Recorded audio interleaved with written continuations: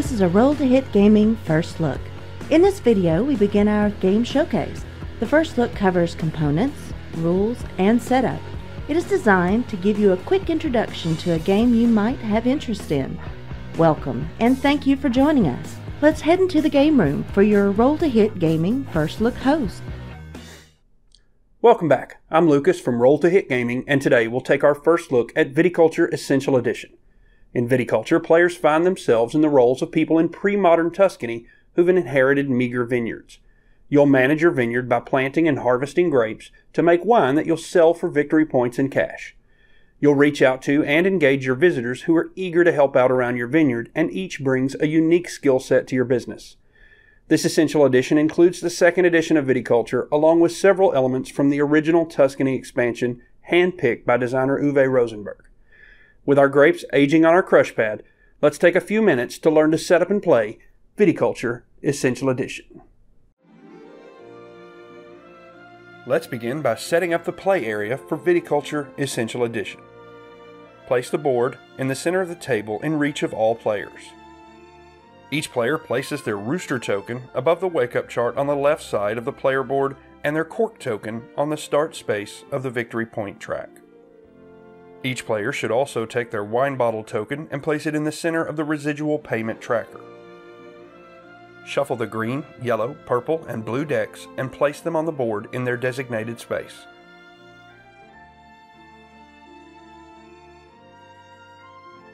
Place the gray temporary worker near the bottom of the wake-up chart. Each player should take a vineyard board and place it in front of them. Deal 3 field cards, one each of values 5, 6, and 7, to each player who will place them on their vineyard board as seen here. Randomly determine a start player and give them the start player token, then give each player their supply of colored building tokens. Then shuffle the Mama's and Papa's decks separately and deal 1 card from each deck to each player. These cards will determine players' starting cards, workers, money, and buildings. Mama cards will give you 2 workers and then allow you to draw a specific set of cards. In our example here, we'll draw 1 wine card, 1 summer visitor card, and 1 wine order card. Papa cards grant players a grande worker and their starting lira, the currency used in viticulture, or an additional choice to make during setup. In our example here, we gain 1 lira and then can place a windmill or gain 5 additional lira. Once all starting resources have been claimed, simply discard the Mamas and Papas cards. They have no further effect and are only used for setup. You're now ready to begin playing Viticulture. In Viticulture, players place their workers through the seasons of each year, growing grapes, making wine, expanding their vineyard, and engaging visitors to help out around their vineyard, trying to reach 20 victory points, which will trigger the end of the game. Each year begins in the spring. Starting with the first player and moving clockwise, each player will place their rooster token on an unoccupied wake-up space. This will determine both the turn order for this year as well as any bonus earned by that player. Choosing the 1 space will ensure that you're allowed to act first, but provides no additional bonus. The 2 space allows the player to draw a vine card. The 3 space allows the player to draw a wine order card.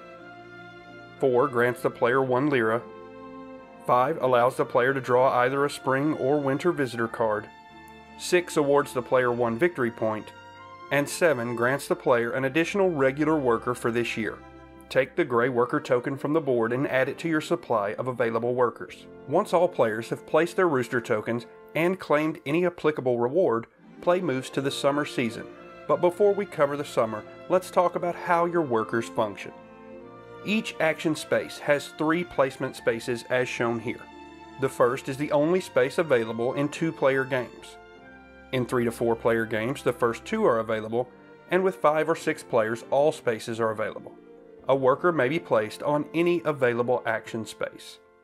The middle action space of each location shows a bonus the player gains by placing their worker on that space. Remember, when placing a worker, the action must be performed, however any bonus would be optional. Players have a set number of workers available each year, and these workers can only be used once in each year, meaning that if a player places their worker in the summer, that worker will not be available to place in the winter. Also, workers may only be placed on the current season's action spaces. For example, during the summer, these action spaces are unavailable. Players may place multiple workers at the same location in subsequent turns if there are available spaces. Your grande workers slightly break the worker placement rules. A grande worker can be placed on an action space even if it's fully occupied. Place your grande worker on the art for the action, not the spaces. Note that your grande worker can always be used as a regular worker. On their turn, a player may pass and may place no further workers that season. This would typically be done to save workers for the winter season. During the summer, players take turns in wake-up order, placing their workers on summer action spaces and resolving those actions. Let's take a closer look as Joe walks us through the 6 summer action spaces. This action space allows a player to build a structure. During setup, you are given a vineyard board and a variety of wooden structure tokens. Each of these buildings has an effect, and these details are printed on your vineyard board, and additional clarification can be found in the rulebook. Some are prerequisites for planting vines, but we'll cover that in a bit. When placing a worker on these spaces, the player pays the cost in lira, as indicated on their vineyard board, and places the matching wooden building where indicated. The bonus space at this location grants 1 lira. At this location, players can place a worker to draw a vine card, and if placed on a bonus space, that worker will gain the player an additional vine card. Next, players can place a worker here in order to plant a vine card. Placing on the bonus space will allow the player to plant an additional vine. When planting vines, players will place their chosen vine card face up onto one of their available fields. Each field has a maximum value of vines which can be planted on it: 5 for the first, 6 for the second, and 7 for the third. Each vine card lists its value as seen here, which indicates the value of the grape that vine will produce. Further vines planted in this field would be added to the field card as shown. The total value of all vines planted in a given field can never exceed the maximum value. Also, some vines will have prerequisites listed in the upper left corner of the card. These prerequisites must be met in order to plant the vine. In this case, a player must have a trellis built in order to plant this vine. The next location allows a player to play a summer visitor card. Simply resolve the card's effect and move it to the designated discard pile. The bonus action allows a player to play an additional summer visitor card. Additional details and clarifications on visitor cards can be found in the rulebook. At this location, a player can sell grapes or buy and sell fields. To sell a grape, simply remove any number of grape tokens from your crush pad and take a number of lira from the supply equal to the sale price for each grape sold. To sell a field, gain lira equal to the value of the sold field and flip it to its sold side. While on this side, a player may not use this field. To buy the field back, simply pay the purchase price and flip it back to its available side. The bonus space at this location grants the player 1 victory point. The final summer space allows a player to give a vineyard tour in order to gain 2 lira. The bonus space grants the player an additional lira. Thanks for that overview, Joe. Once all players have passed during the summer season, play proceeds to the fall season, where each player in wake-up order simply draws either a summer or a winter visitor card. During the winter season, players take turns in wake-up order, placing their workers on winter action spaces and resolving those actions. Let's take a closer look as Joe walks us through the 7 winter action spaces. At this location, players can place a worker to draw a wine order card, and if placed on the bonus space, that worker will grant the player an additional wine order card. Here, players can play a winter visitor card. Simply resolve the card's effect and move it to the designated discard pile. The bonus action allows a player to play an additional winter visitor card. Additional details and clarifications on visitor cards can be found in the rulebook. When placing a worker at this location, choose one of your fields and add tokens to your crush pad equal to the value of the grapes produced by those vines. In this case, you would place a token on the 1 space of the red crush pad and another token on the 3 space of the white crush pad. The bonus space allows a player to harvest an additional field. The next location allows a player to turn their grapes into wine. The player can make up to 2 wine tokens, and the bonus space allows the player to make an additional wine token.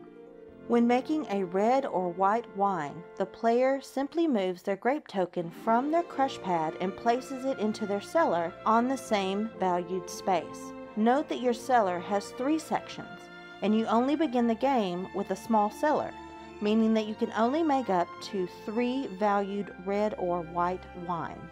If you were, for example, to make wine with a 4 valued grape, it would be devalued to 3 unless you first upgrade your cellar.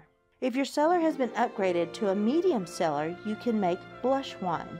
To do so, combine 1 red and 1 white grape token to create a blush wine token equal to the total value of the 2 grape tokens. For example, combining 1 value red grape and 3 value white grape make a 4 value blush wine.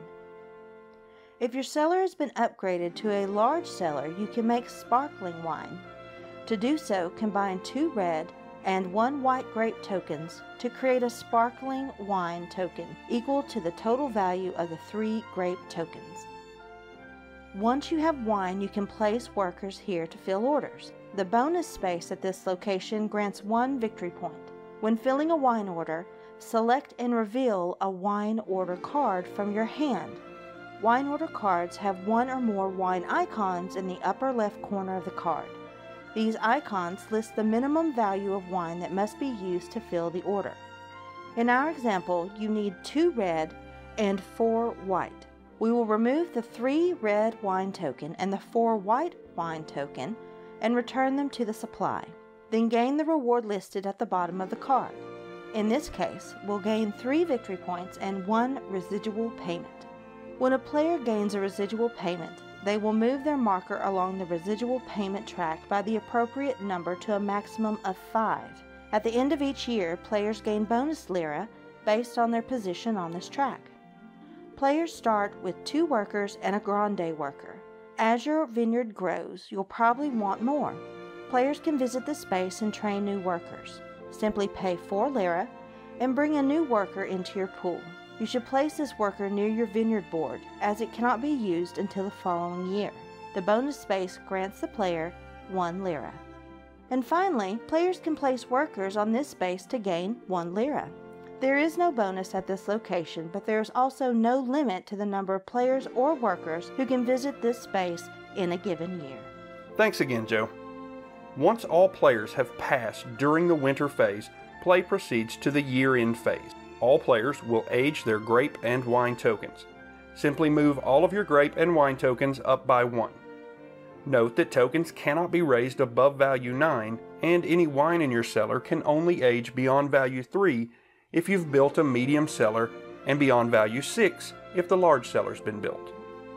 Players don't lose wine or grape tokens that they cannot age. They simply do not move these tokens. Then return all workers from the board to the players and return the gray temporary worker back to the board.